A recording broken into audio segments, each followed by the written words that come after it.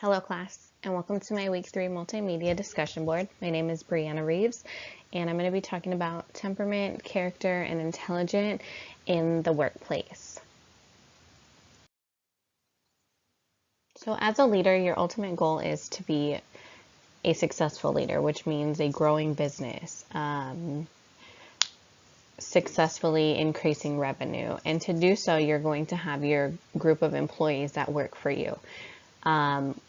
As we know that having a diverse set of employees is going to help bring in different ideas, backgrounds. Everybody thinks so differently that it's only going to help your business and help ensure success. Now with diversity, you're going to have different opinions, different cultures, different backgrounds. And as a leader, you have to capitalize on everybody's individuality. If you treat everybody the same, you're going to have employees that are going to quit, they're going to get frustrated, they're not going to be as successful as you want them to be because they're not having a learning style that works for them. Individuals we're not made up the exact same. So my type of learning or your type of learning, it's all completely different based on who we are and how we're made up. I have 2 daughters and they are night and day, complete difference. And you would think coming from the same mom and dad that the girls would be somewhat the same. However, they are on completely different spectrums as if they're not related whatsoever. So you can only imagine how individuals will differ based on not being related and coming from different parts of the world and coming from different backgrounds. So for my management, I have 3 different employees that work in the office, and then I have 6 maintenance staff that are out on the property doing grounds, maintenance, things like that. So I'm just going to talk about the 4 of us in the office. So I have 2 leasing agents and an assistant manager, and then there's myself. My 2 leasing agents are very different. I have a leasing agent who is younger. He's 25, not married, has no kids. And then I also have a leasing agent who is in her late 50s. She is married, has kids, has grandkids. So they are completely different. But I need both of them on my team to help run my successful business. So before I had my older leasing agent, I had 2 that were younger. And we just could not connect with the older demographic. They weren't thrilled about coming in the leasing office. They love to talk to me because I've been there so long, but they didn't feel a connection. They didn't feel that they really wanted to step foot in the office. So they kind of just kept to themselves. So when I brought in my new leasing agent, I just felt right away that she was the missing piece. We really didn't have any older employees. So as soon as she came in, she really you felt that the care from her. You felt, she would bring in home cooked meals, things like that, which nobody ever does. We're always on the go. We're so busy.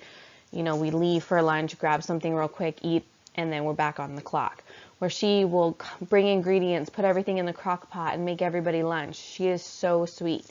And I also saw her really taking a liking to the older demographic. And then also, the ones that had the residents that had children, she could just connect with them. So where my other leasing agent, he connects with the younger demographics. He's hip, cool, but he's our protector, to say the least. The other leasing agent cannot be by herself.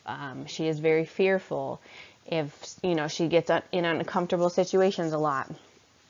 So the other one, I'm the manager, so I get yelled at a lot of times. And if he starts hearing somebody raising their voice or anything at me, he comes and he steps and stands right by my door, just so they know that his presence is known, and he is going to make sure nothing is going to happen to any of us in the office. So I just feel that having 2 leasing agents that are completely different only help my business. The younger one is very tech savvy, so I'm able to teach him very quickly, and he picks up because he's been raised on technology. Where my other leasing agent, it may take a little longer, but she learns it at a slower pace, but she grasps it just in a different way. So if I were to teach them both the exact same, I would not be a successful leader because one is going to drop off. Either my younger one is going to get bored and get over it and not want to, learn new things, or the older leasing agent, she's not going to understand, because if I teach her like how we learn, go, go, go, she's not going to ever understand. So as a manager, I had to capitalize on their character, their learning styles, everything, just to make sure that they are successful employees.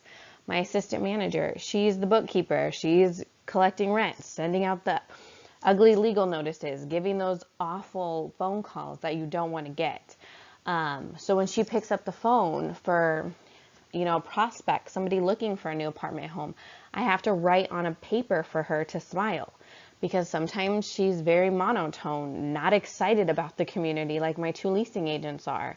So I just give her simple reminders to make sure, like, if you have a smile on your face, the person on the other end of the phone is going to hear that.